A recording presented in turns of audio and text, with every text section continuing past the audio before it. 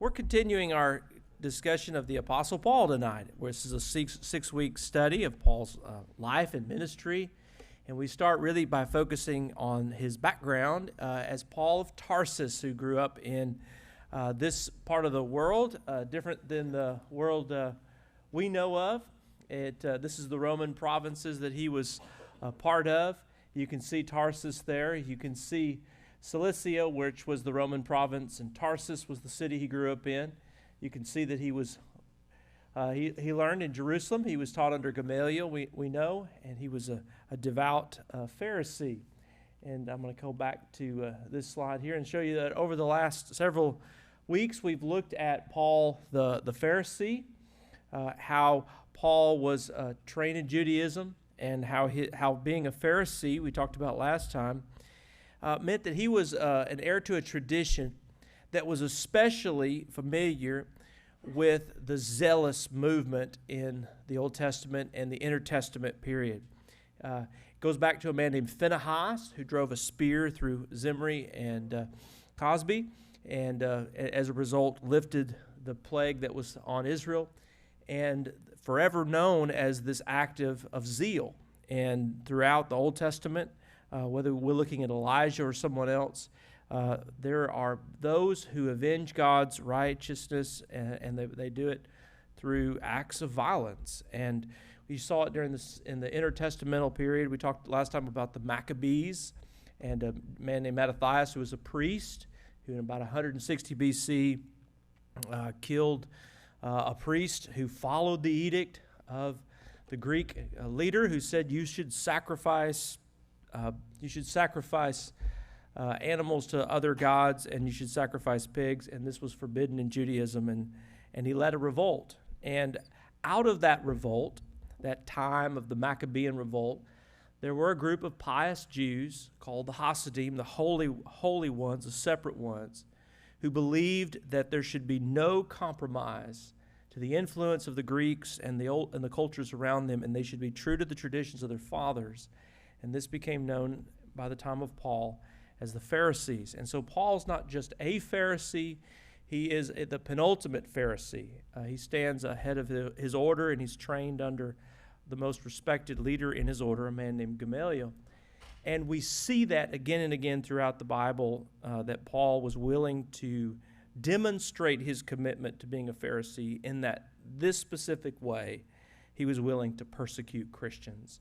And we looked at last time when Paul stands in Acts 8, and Stephen, who has just basically just been asked to help feed needy people in the church, shares the story that leads to the fact that Jesus is the Messiah. And they stone him, and standing there giving his assent is Paul, the Pharisee. We call him Saul or Paul. Now, to kind of get an idea tonight as we kind of go from that moment to this moment, you really can't understand this moment where tonight we talk about Paul the Apostle without having that in your mind, that this is who this man is. He lives to live out Judaism. He has grown up in the pagan world of Rome. He knows Roman literature. He knows the Roman gods. He can quote the Roman poets. He quotes it at the Areopagus in his Mars Hill sermon.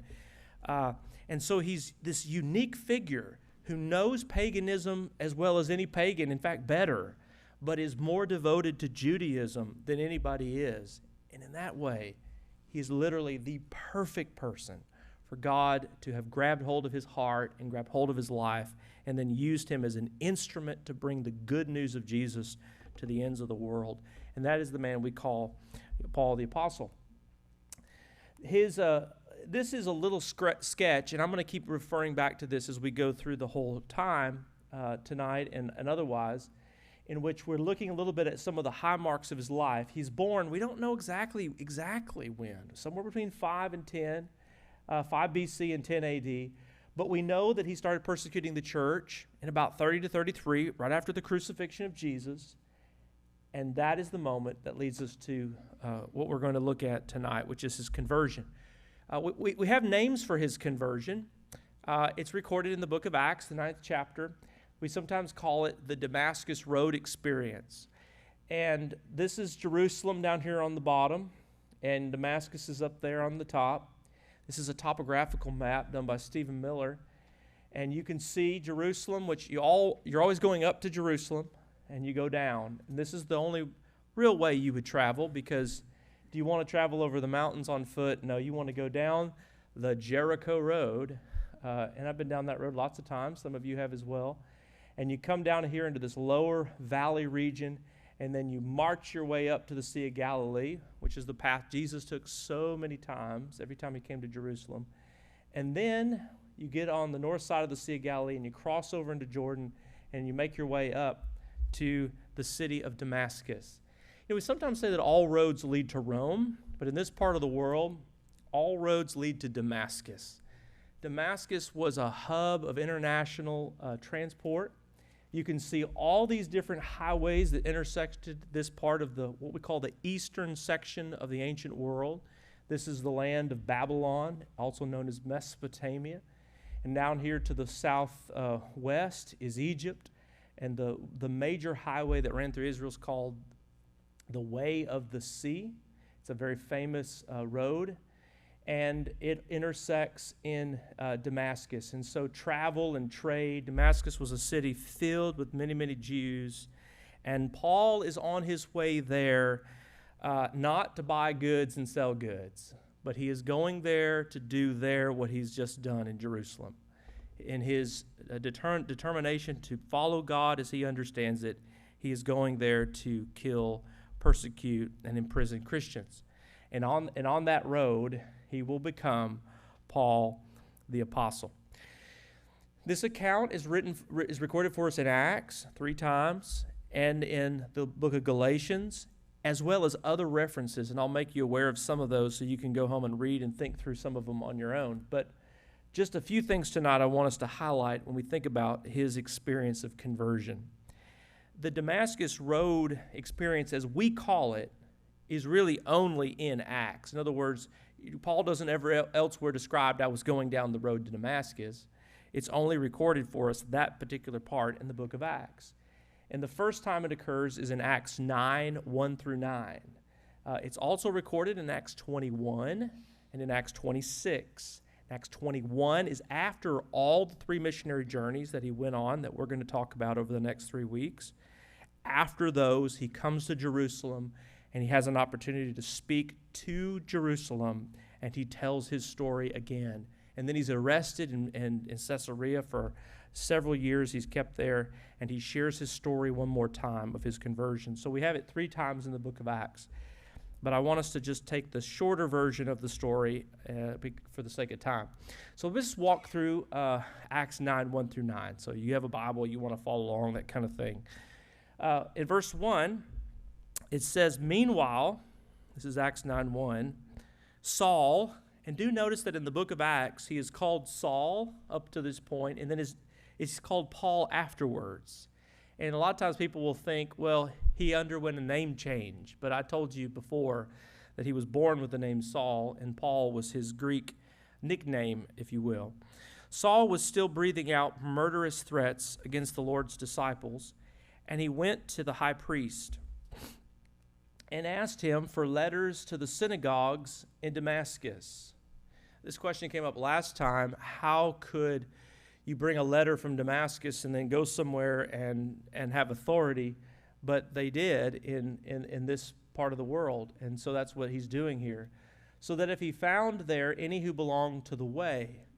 Now, I know everybody wants it to say to First Baptist Church of Jerusalem, as if that's the way they identified themselves back then. But early Christianity was not called Christianity. Early Christianity was just a movement within Judaism. And movements within Judaism that thought they were on the right path, like the Qumran community that lived in the Dead Sea region, where they have the Dead Sea Scrolls, call themselves the Hadass, the way. It's just like the word Exodus. They believed they were on the way. Jesus said, I am the way, and they thought they were the way, and we would know them to be the way. Whether men or women, he might take them as prisoners to Jerusalem. He wanted the Sanhedrin to do what only it could do. As he neared Damascus on his journey, suddenly a light from heaven flashed around him. And this is where we get all the language about the light from this. All the songs that have ever been written, I saw the light, come from this moment. And the paintings that have been painted throughout history come from this. My favorite painting is Caravaggio's, which is 400 years ago, painted this moment. Paul was probably not on a horse when this happened. They didn't use horses very often. He might have been on a donkey. He fell to the ground and he heard a voice say to him, "Saul, Saul, why do you persecute me?" "Who are you, Lord?" Saul asked. "I am Jesus, whom you're persecuting." You have to imagine there's never been a more thunderous moment in a person's life than this one for Paul. I mean, he's literally going down this road thinking he's doing exactly what God wants him to do, dead set on it, every fiber of his being. And he realizes in this moment that he's been persecuting this heavenly being that's in front of him, the one that he thought he was trying to serve. "Now get up and go into the city, and you'll be told what you must do." The men traveling with Saul stood there speechless. They heard the sound, but they did not see anyone. Saul got up from the ground, but when he opened his eyes, he could see nothing. So they led him by the hand into Damascus. And for 3 days he was blind, and he did not eat, he did not drink anything at all. This is the Damascus Road experience. It gives rise to this thing we call, seeing the light. I see the light. What does that, what does that mean to see the light? We could kind of go around the room tonight and we could all reflect as to what do you think seeing the light means? And we'd all have some interesting things to say, but for Paul, it's clear that seeing the light is not just a visible thing. It is an intellectual transformation that happens inside of his mind. We have the term enlightenment. It's more than just seeing Jesus. There's a light bulb that's gone off inside of his head in which he realizes he's on the wrong road. And he realizes that the very thing he's trying to do is the opposite of what he should be trying to do. It's interesting, the question and the response. Saul, Saul, he knows him by name. He refers to him twice, which is interesting. "Why do you persecute me?" You got to think that Paul went to sleep every night with those words in his mind. Why do you persecute me? Jesus made it personal. The persecution of his church is always personal for Jesus. Who are you? And he doesn't ask just who are you and throw it out into the air. He asks, who are you, Lord? A student of this will say, well, in Greek, I always make fun of this because it's something people say with the Greek. They'll say, well, kurios in Greek can mean sir. And it often can mean that, and undoubtedly Paul meant something like that. But, when you see heavenly visions, you have more in mind than that, don't you? There is something clearly happening here in which he recognizes a higher order being is in front of him, and he is on the wrong side of the situation. Now, that's the Damascus Road experience in Acts 9, and I wish we could walk through all three of them real quickly, and you could see how he adds, and each time he tells the story a little bit more, like you tell the story, he colors in some more details, and it's really worth sitting down and reading through Acts 22 and 26 and seeing that. But I want to quickly run to Paul's own words, because wouldn't it be great if we could sit down with the apostle and have him tell his story? And we have that in Galatians. I call this Paul's spiritual autobiography in his own words, and it's in Galatians chapter 1 and 2 that we have that. I'm just going to read verses 1 through 11 through 16. I want to tell you that Paul also refers to this in Philippians 3, 5 through 7, when he talks about I was a Hebrew of Hebrews and a Pharisee. In 1 Timothy 1:12 through 17, he talks about how he was a blasphemer, how he killed Christians, and describes that. And in Romans 7, some people think maybe he's talking about himself when he says, why do I do the things I do not want to do? I find this, and he keeps using this word I and so on. So there's various places where his experience is referred to, but this is his own autobiography. And he gives it to us in the midst of a letter that he's writing to Christians at Galatia. It's a polemic. It's a letter that is harsh and critical. He doesn't have nice things to say about them. He says, "You foolish Galatians, who has bewitched you?" And he calls them mean names. He doesn't give them a greeting or a thank you or anything nice to say. It is harsh stuff. But right away, he jumps into defending himself against Judaizers, people within the Galatian community who were like Paul was before he became a Christian. They believed that Gentiles had to follow all of the laws, and in order to become a member of that community and to become a Christian, they had to undergo the rituals of becoming a Jew, which included baptism, and it includes circumcision for men, and then it meant following all of the food laws and the other rules and rituals. And Paul will not have it. And so he'll explain where he gets his gospel from by telling us his story. This is his story, how he met God on the road to Damascus and how his life was changed. And he says, "I want you to know, brothers and sisters, that the gospel I preach to you is not of human origin." So he wants to just go right there immediately. I didn't ask for this job. I didn't sign up. I wasn't in some library somewhere and I thought it'd be a great idea. I wasn't in my garage and said, "Let's start a new company," called the church. That wasn't what happened. It was a different experience. I did not receive it from any man, which is true of Pharisees. They got all of their traditions from men. Nor was I taught it. Rather, I received it by revelation from Jesus Christ. It's clear what he understands in that moment. "For you have heard of my previous way of life in Judaism."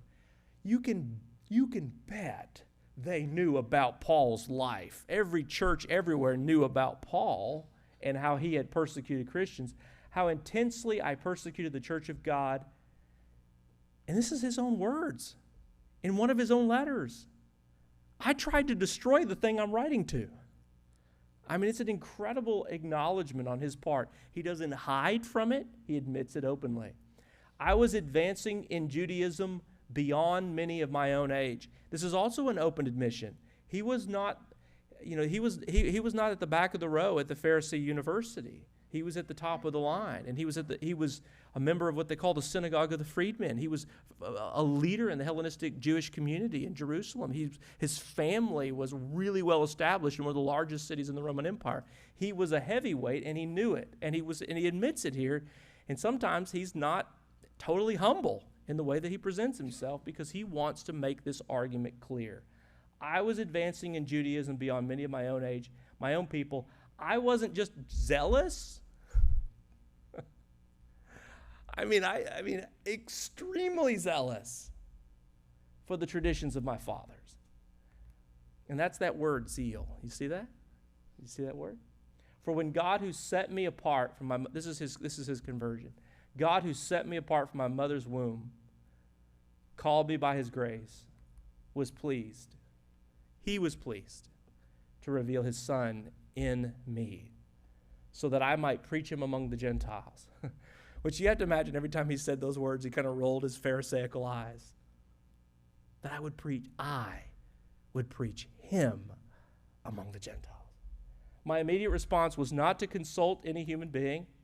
And then he goes on to tell a story, and I'll pick up there in just a second. But I want to stop for a moment and just draw out a few little insights here. Because some of what Paul's saying here is really important to understand his conversion.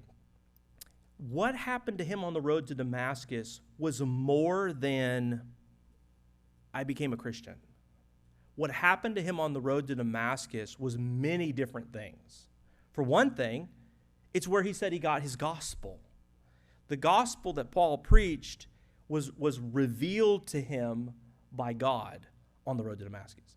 So the Damascus experience for him was not merely Paul needing to change the course of his life. This isn't, for example, if you know the story of Martin Luther, a beset sinner who was trying to figure out how to get away from his sin and be freed from it and found grace. This isn't an Augustine writing the confession saying, I'm a really bad sinner, how do I get away from my sin?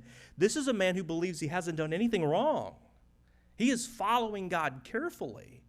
And he comes to a place of realizing that he is wrong. That he is wrong in the very ways in which he is trying to honor God. He's actually wrong because he's on the wrong side of the situation.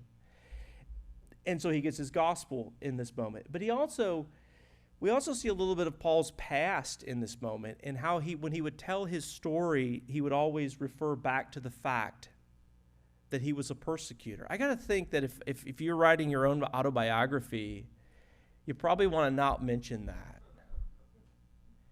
Who is the most influential Christian in the history of the world? The Apostle Paul. Who is the first persecutor of Christians in the history of the world? Who is the first person to be responsible for the death of Christians, the imprisonment of Christians? It's Paul. I mean, this is an incredible story. And he recounts in here that it was not the result of anything other than the fact that he honestly believed that he was doing what God wanted him to do, which I think is really important for us to realize about Paul, is that this was not some misguided man. This was a good man who was doing what he believed God wanted him to do. He was wrong, and he didn't know it. And it's a picture, I think, of the world that we live in today, if we're not careful. And then the third thing I think we see here is we see Paul's calling, which is important because we call it a conversion, but it may really be more of a calling than ever it was a conversion. Because Paul's life really didn't change much, other than the fact that he was trying to persecute Christians, and now he's not. He's telling people about Jesus. This was a call to do something. And it's also interesting that he starts out with his birth. Most of us wouldn't start our story, I became a Christian. Let me tell you about when I was born. Why would he do that? Well, this is the language of the prophets. Go back and read the story of Jeremiah. Go read Isaiah. Go read Samuel. Go read John the Baptist. All of their stories began with where they started from the moment of their birth. It was important to start out by saying that mattered, because God had already had a plan to use his life before he ever knew it. Now, I don't know how we make sense of that sometimes with our free will and our sovereignty of God, so we can just think about that all we want to, but that is the language of the Bible. And then it says he was called by grace. And this word grace, sometimes we think of grace as like, well, I was a bad person and God, didn't punish me. The word grace really just means a gift. And his calling was something that he saw was something God gave him, a gift that was given to him. And then it says, Jesus revealed himself in me. Now, you might be reading that in your Bible, and you may have just noticed that a minute ago and think, that is really weird language. Why would Paul say, Jesus revealed himself in me? Because that is absolutely what happened. Jesus' revelation, the light that went off, was not just observed, it was Jesus' enlightenment within him. It was within him. And this is the language of a personal relationship. This is a personal encounter. This was a personal experience. Everything about this is how powerfully personal it was for him. And then out of that comes the preaching of the gospel to the Gentiles. Now, that's what happened on the road. Now, Paul, though, wants us to tell us what happened afterwards. And we could talk a lot about what happened afterwards. We could tell the story of how he went into Damascus and met Ananias and how he got baptized. And I would encourage you to go home and read Acts 9 and read the rest of the story about what happened to Paul and so on. But when Paul finishes telling this story in Galatians, he takes us, he fast forwards and tells us decades of history as to what's going to come. And it's worth taking a quick note as we draw this to a conclusion. He says in Galatians 1:17, I did not want to go up to Jerusalem. I wonder why. Now, this is a really funny thing to look at, honestly. Look at that statement and then go home and read Acts 9. Because Acts 9 says he did go to Jerusalem, and they didn't like him. They actually took him and put him on a boat in Caesarea, and they sent him packing. They sent him home to Tarsus. Go home to your mama. That's what happens in Acts chapter 9. He doesn't tell that, believe it or not, in Galatians chapter 1. He leaves that out. He says, I didn't go up to Jerusalem to see those who were apostles before me, but I went into Arabia, and later I returned to Damascus. Now, if you've ever read this part of the Bible, you probably thought to yourself, what? Paul went to Arabia? I mean, that's got to be the strangest thing. I mean, I haven't seen that movie, Paul in Arabia. That would be a good movie. What happened in Arabia? Well, it all depends on what Arabia is. I mean, you think of Arabia, think of Saudi Arabia, but most of the time in this part of the world, it's a reference to the Nabatean kingdom, the kingdom of the Arab people that traveled this region just south and east of Israel. And it's really famous today because everybody wants to go to Jordan and go to the UNESCO National Heritage Site and see this, which is, of course, Petra, which was a very important site in the ancient Nabatean kingdom. They were incredibly wealthy traders. They ruled the region. They had a lot of influence. And so Paul says he went to Arabia. This may mean he just crossed the Jordan and went over into the Nabatean kingdom. We're not really sure where he went, and we're not really sure what he did, but he tells us that he came back to Damascus, which is where he was. And there's more stories that could be told about that. We don't have time tonight to go through them all, but there is more to be said. But then it says this in verse 18. Then after 3 years, I went up to Jerusalem to get acquainted with Cephas. Now, if you're not knowledgeable in your Bible, you may think to yourself, who is Cephas? But Cephas is the Aramaic name of Simon Peter. And all through Acts, they love to call him Cephas by his Aramaic name. To get acquainted with Cephas and stayed with him 15 days, which is an interestingly exact number, by the way. I mean, he remembered every day I was over at Peter's house, you know. I saw none of the other apostles, only James, the Lord's brother. Now, if you don't know this, James, the son of John, brother of John, is already dead. He was killed by Herod. And James, the Lord's brother, was the one in the Gospels that didn't believe in Jesus and wanted to, take him away from his ministry. And so he ends up becoming the de facto leader of the Jerusalem church, which is really interesting. So he meets with him and he meets with Peter. I assure you before God that what I'm writing to you is no lie. Then I went to Syria and Cilicia, which, by the way, there's different ways to pronounce that word, this Roman province. But, of course, this tells us that he was in Tarsus, and also Syria tells us he was in Antioch. But he also lets us know something. He wants us to know, I was personally unknown to the churches of Judea that are in Christ. Like, they didn't know who I was. They didn't know me personally. They had only heard the report. And I love this. The man who formerly persecuted us is now preaching the faith he once tried to destroy. And they praised God because of me. Can you just imagine being in one of those early churches and hearing the story? The days before when they were so afraid of what Paul was going to do, and then to hear that God had transformed his heart and changed his heart. What an encouragement it would have been to them and for them. There's so much more we could say. I put together a little summary thing of what we just read. But I want you to see a timeline as we finish of where we've gone today. The conversion of Paul on the road to Damascus, his Arabia and Damascus interchange as he goes back and forth, is 3 years of time between 34 and 37. And then his visit to Jerusalem that we just read about, his travels in Syria and Cilicia. Look how long he's in Syria and Cilicia, 10 to 11 years. What did he do? They call them the silent years of Paul. Some Paul biographers try to imagine what he was doing, perhaps in Tarsus. We just don't know. We can guess, but we don't know.